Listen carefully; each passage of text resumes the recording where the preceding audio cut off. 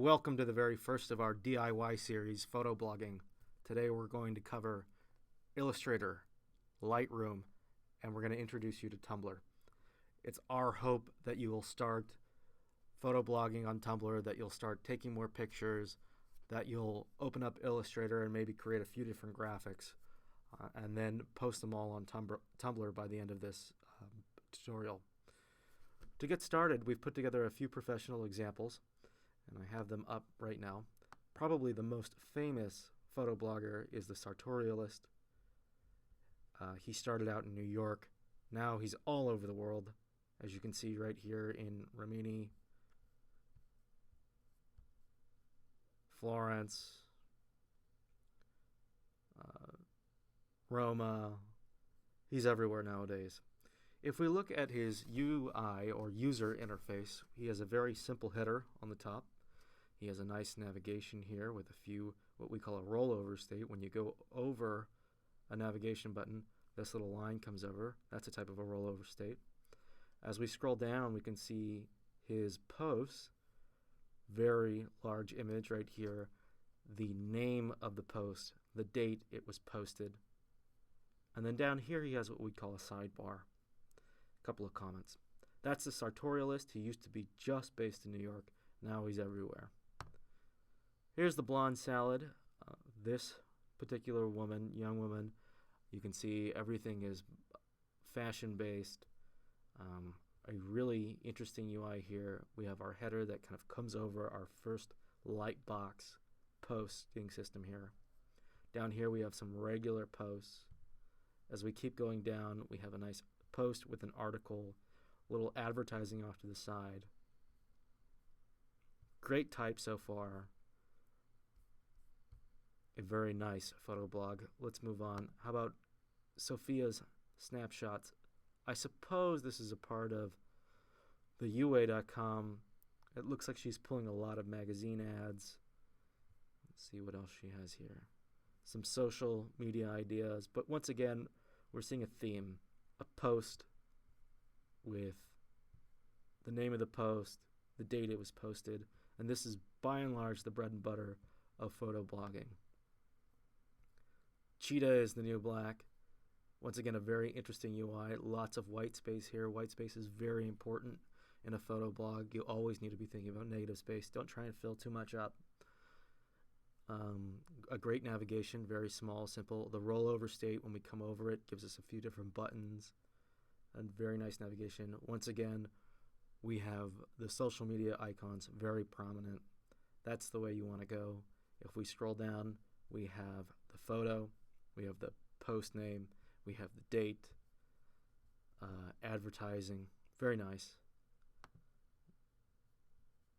We're starting to see a theme. We have a header on the top. We have navigation, just like every other website. We have a prominent featured post right here. Generally, it's the latest. Right here, we have a blog archive. This is pretty typical of something you'd see posted on WordPress, for those of you who are familiar with WordPress. Very nice photo curation, the old-fashioned paper moon, 1920s look. Humans of New York is more of a journalism, photojournalism style. As you can see, the navigation really gets lost behind all these photos up here. We can't really see our header a whole lot. A lot of junk up here. Maybe not so great in terms of the UI, right? But it clearly has a very amazing photographer behind here, because if you look at this photography, everybody's just, he captures them or she captures them dead on. Very Pinterest style UI here. Now let's fire up Lightroom. Finish. So the first thing it'll do is it'll pop up and ask you to create a new catalog. A catalog is how Lightroom stores all of its photos. So just think of them as a digital photo album, okay? Because we'll be using Lightroom a lot.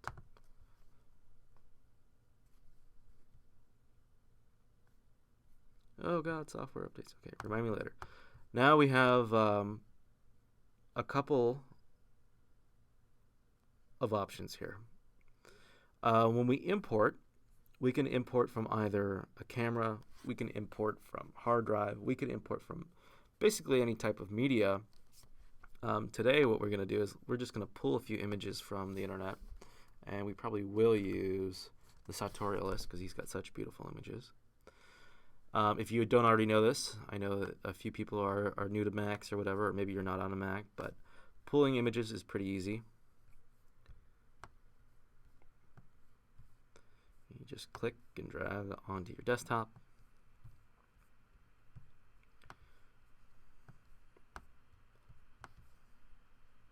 Okay, then we go back to Lightroom.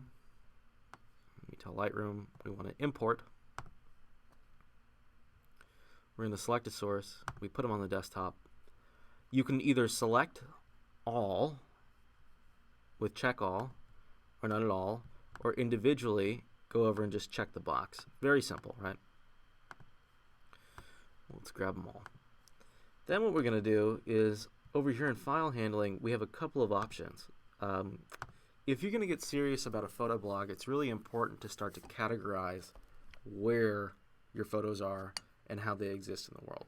So if you have a couple of what we call high-level keywords, for example, some good ones for this one would be, the Sartorialist,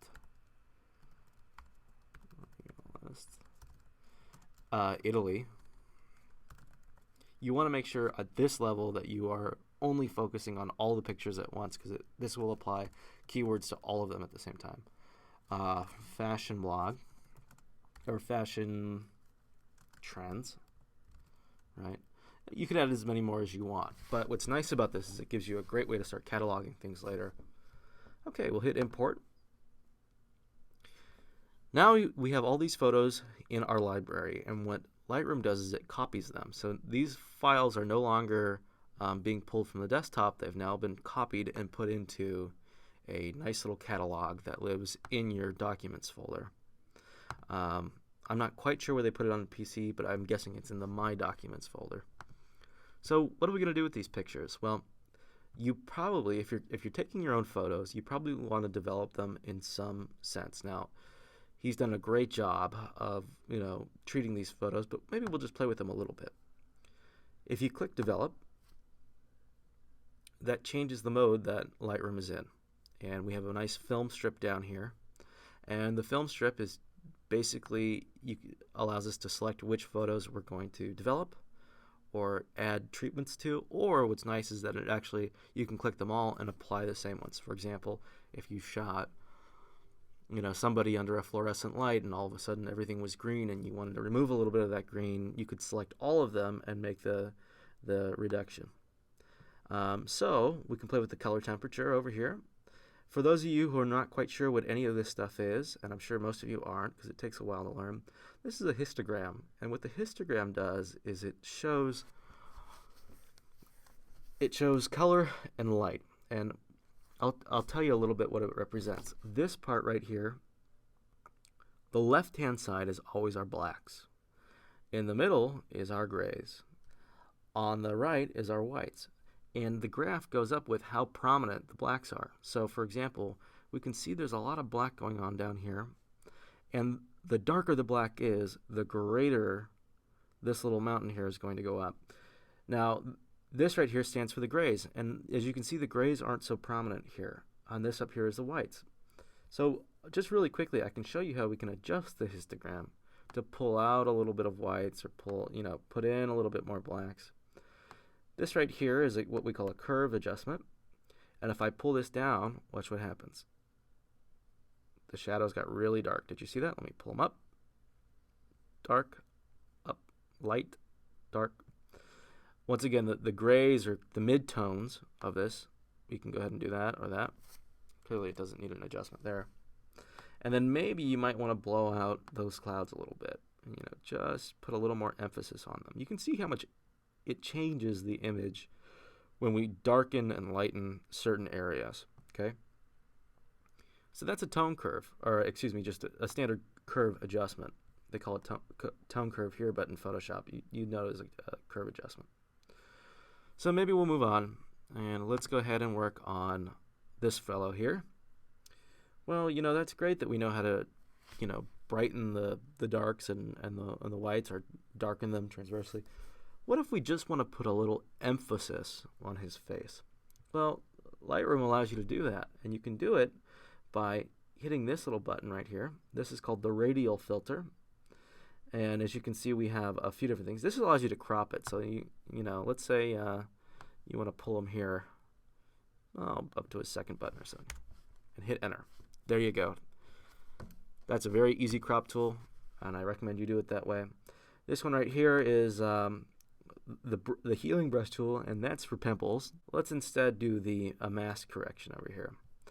What I'm going to do is just drag this over here, and you can see I'm making everything else dark, and that's not what we wanted to do. We want to make everything else dark and make his face bright.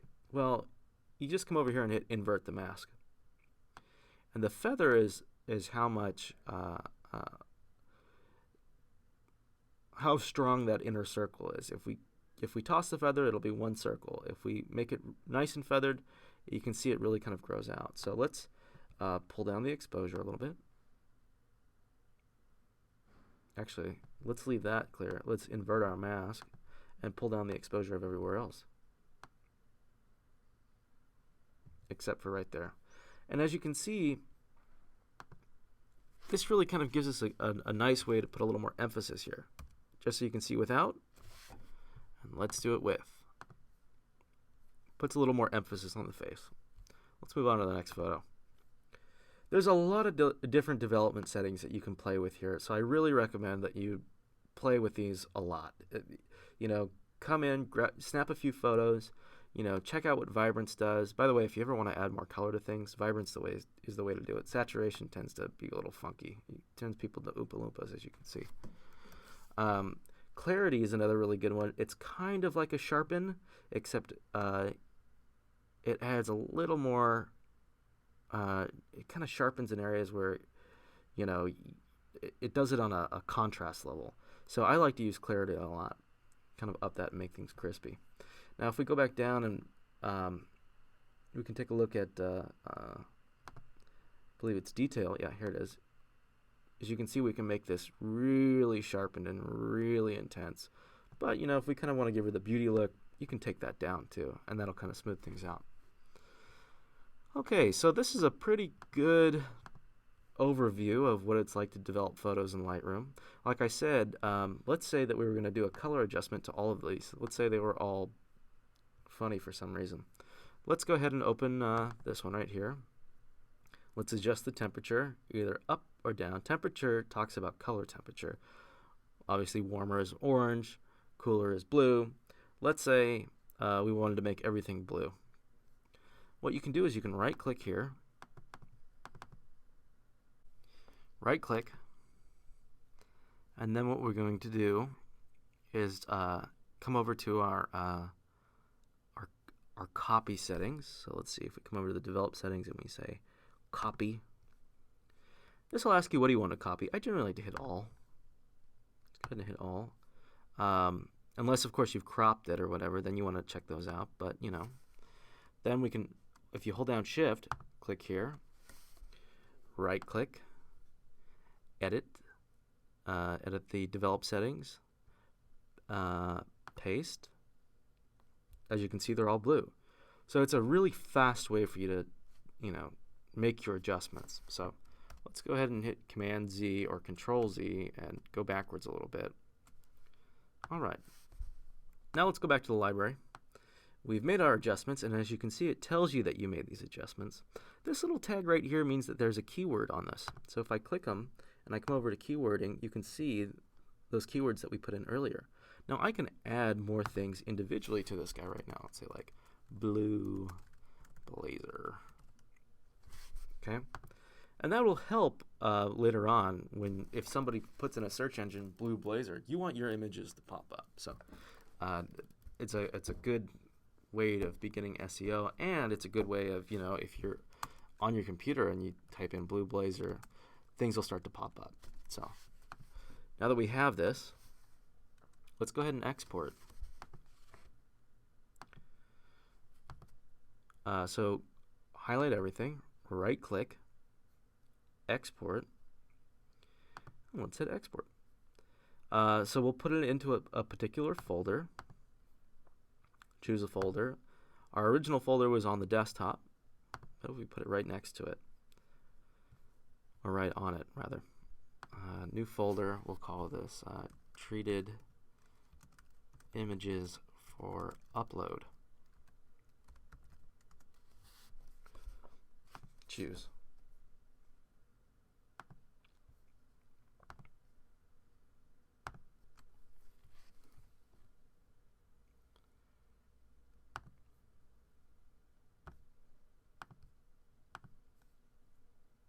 As you can see here, we have our treated images for upload.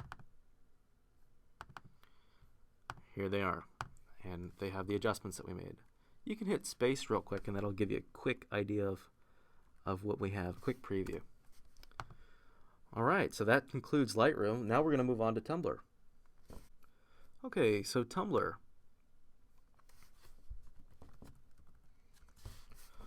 For those of you who aren't familiar with Tumblr, Tumblr is a fantastic photo blogging service. I imagine most of you are probably pretty familiar with it. I wouldn't be surprised if most of you already had an account.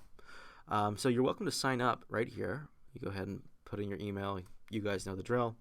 I'm going to just skip ahead to log in.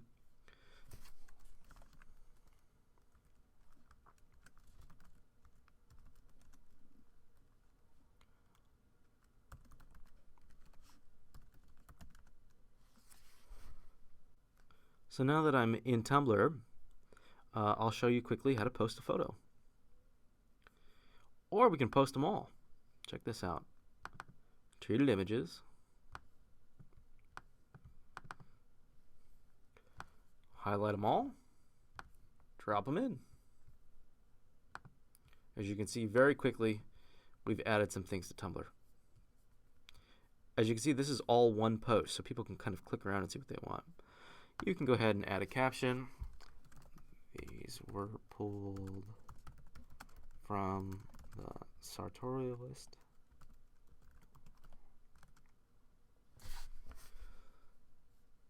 Post.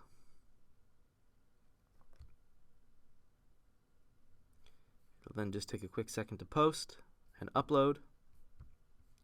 And now I've got a post. So let's take a look at what we've got.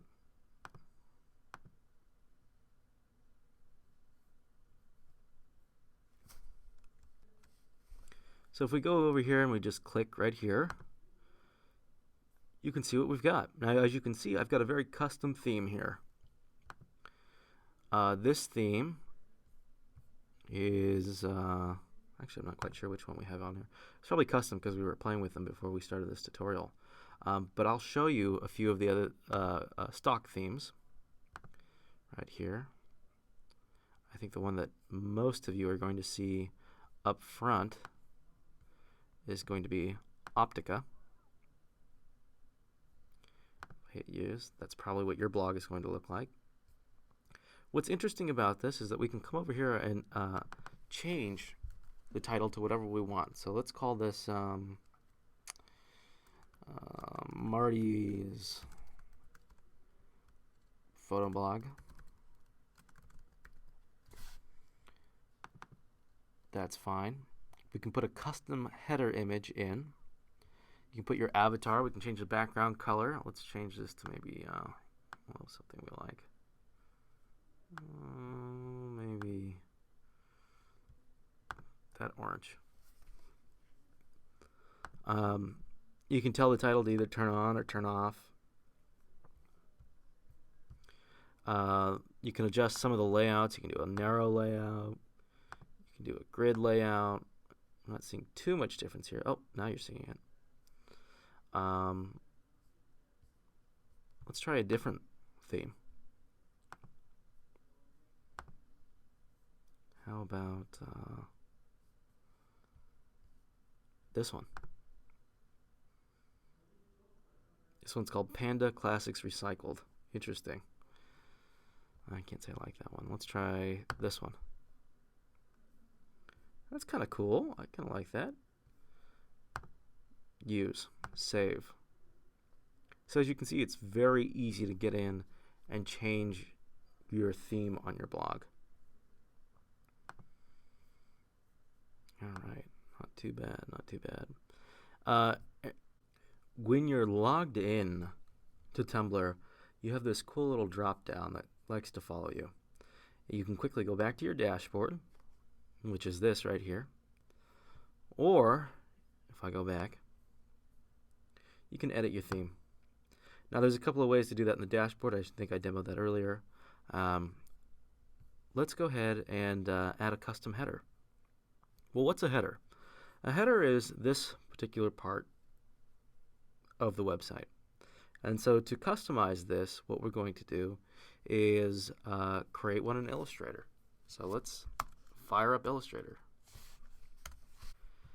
In Illustrator, I'm going to go File, New. I'm going to select Web. 960 is about a standard width on a website, so that's okay to use. What if we just pull down the height a little bit, though? Let's make it 120. See how that looks. Hit OK. Don't worry about this for the time being. That's if you want to, go from one computer to the next. I'm sure we'll touch this on a later Adobe blog. So let's put some type in. Select the type tool right here. Drag a box. Maybe here. Now we can pick a font. Oh, what's kind of silly? How about, let's see if we have Mistral. We don't have that one. How about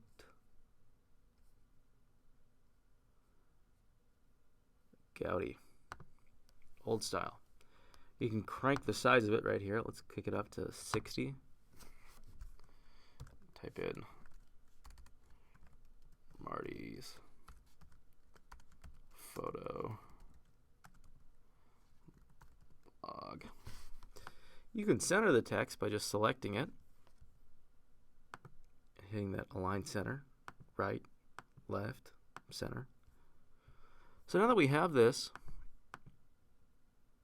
let's go ahead and export it, or let's pull this down a bit.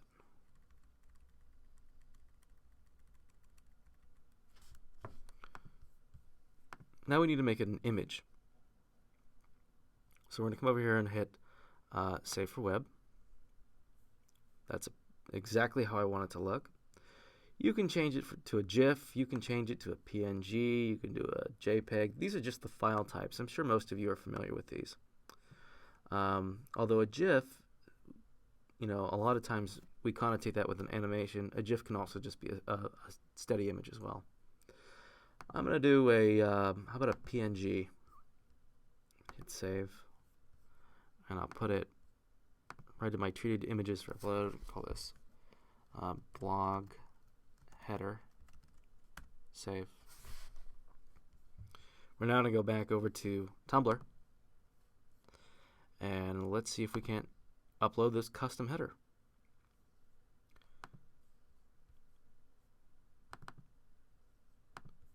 Choose.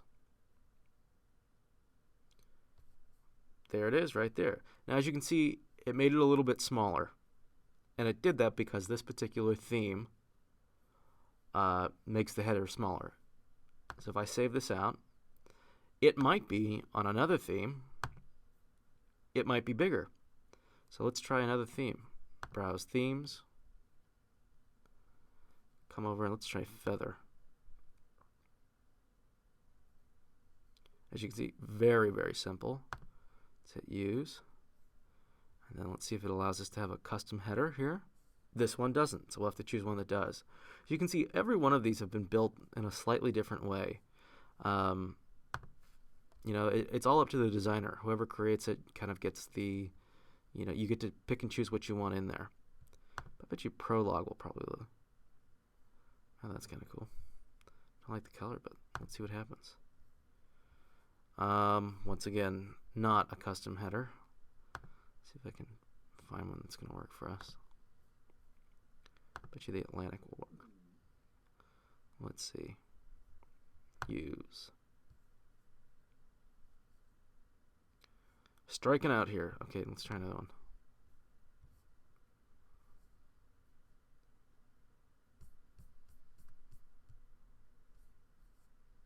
So you can see we have lots of paid ones. So if you want to spend some dough on a nice theme, by all means. But you can get pretty far by just customizing your own. See, they put all the paid ones on the top. Freebies are at the bottom. Let's try this one.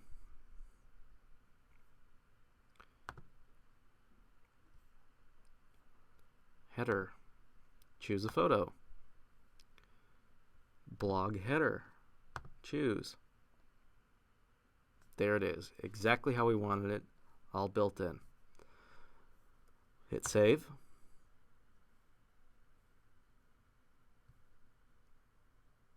Exit. Go back to our dashboard. I recommend that you click around on other people's blogs. We'll find some blogs here. Look at their style of posting. Look at their graphics. Ad Age, here's a good one. Kind of gives you a brief overview on everything that's going on in the ad world. So you can follow them. Let's see what this guy's all about. Follow this Tumblr. Now in our Tumblr, as you can see,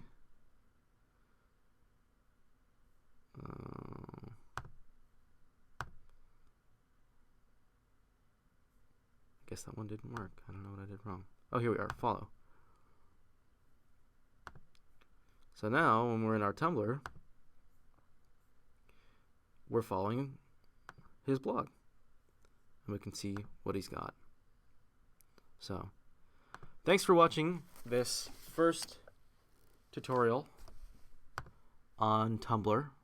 I hope you take a lot of time to really jump in to your own personal blog, upload a lot of great content. I hope that you enjoy the process using Lightroom and make some really awesome things. We're looking forward to seeing it. Thank you very much.